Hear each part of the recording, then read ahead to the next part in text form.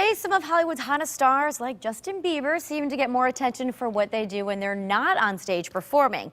But what would happen if their fame came to a screeching halt and they were forced to return to the life before they became famous? In her first novel, The Tasteless, author Kathleen Wolak talks teenage angst. She takes it to a whole new level. Kathleen, welcome to Connecticut Style. Hey, thanks for having me. This is fun because we love Connecticut connections, and you grew up in Hamden. I did. And you went to high school there? I did. I went to Hamden High and then Southern Connecticut State University, right also down the street.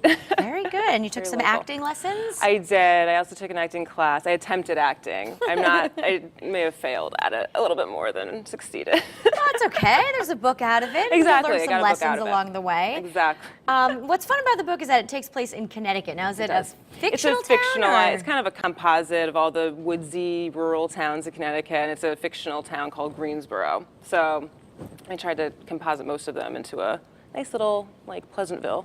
I got it. All right, so without giving the whole story away, give us the plot. So basically, it follows Genevieve Gerard, who is a 16-year-old, sort of like Lindsay Lohan, her problems type girl, like Hayden Panettiere. She's on like a Dawson's Creek type show. Okay. She's the star of it. She's 16, rich, famous, has it all. Mm-hmm. And then her character is unceremoniously killed off her show. And she is blackballed in Hollywood for reasons that she doesn't know yet until the end. And she can't get a job, her agent can't help her, so her mother decides to try to avoid the pitfalls of most teen stars to move them back to their hometown of Greensboro, Connecticut. I see. Where she has to learn to be a normal teen. Is this based on anyone you might know or your own character? I wish. I wish I had that kind of time. It's sort of based on, I try to sort of combine elements of like Judy Blume books, like the atmospheric sort of high school thing with sort of if you were to take any, young actor today who's young and entitled and not quite with it, like if you were to just plop them in the middle of a normal, high school. Normal town. Exactly. I see. And when was the book published? It's fairly new, right? It's fairly new. It came out officially January 3rd.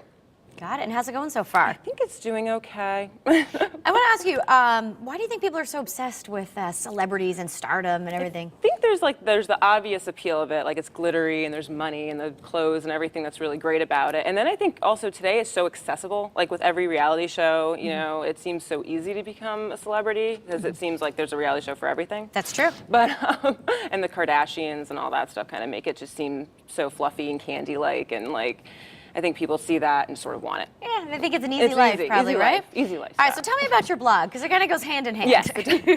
My sister and I run a blog called Tasteless Entertainment, and basically it's about, we sort of poke fun, harmless fun at celebrities and their decisions that they make and what's caught in the news, and we try to make lighthearted fun of what they're doing. Well, I'm looking at the blog right now. You have a Hottie of the Day, which is kind of fun. I mean, we do a Hottie of the Day. We try every day to do a Hottie of the Day. All right, and Shia LaBeouf, tell me that story. Oh, he is gone nuts. Like he used to be like, he used to up and comer. He was in like a Disney movie called Holes a little while ago, and he was in Transformers. Everyone loved him. Now he just looks like he's gone absolutely off the deep end. He's missing. Well, he walked down the red carpet with a paper bag on his head that said, "I'm not famous anymore." And he's tweeted that 22 times in the past year, and that's it. That's all he's tweeted. I am not famous anymore. Several times for no reason. And now he's doing this, which I think is just maybe a very pretentious, artsy Joaquin Phoenix Still kind of getting attention, Still getting right? attention, yeah. It's very ironic. I'm not famous anymore, but you're on the red carpet. All right. You also did a blog about Jay Leno saying goodbye. What were your thoughts about that? Oh, yes, my sister did her. End of an era, right? I know, it's so sad. I'm happy because I really I think Jimmy Fallon's going to be great. He's very energetic, and I think Jay Leno's kind of run his course. He's been there forever. But I'm really excited that Seth Meyers is taking over Jimmy Fallon's thing, because I think he's going to be amazing at late night. I don't get to watch the late night shows too often, but it's hard I'll DVR them, right? You DVR them, and then you get to enjoy them all day long. It's true. All right, so I'm scrolling down here. Talk to me about Olympics. Oh, yeah, I've been trying. I really love the Olympics and the ice skating and all that. I mean, I feel like Sochi is such a iffy area, so I feel weird watching it. Well, also there's with been all some odd tweets and the hotels and the accommodations. The bathrooms are next to the toilets are there, and there's no partition. I feel that's so. I feel almost not boycotting them like some big political thing, but it's so. It's not what we're used to in the United States. I suppose, I know. Right? I don't really want to watch what could, and also all the you never know what's going to happen there. There's all these like terrorist threats and stuff. It's just very scary. It's very. Are you into any of the winter sports? Because I got to tell you, I like the speed skating. I would love to watch. I never know when these things are on. They're always on these different weird times. I never know. Other channel.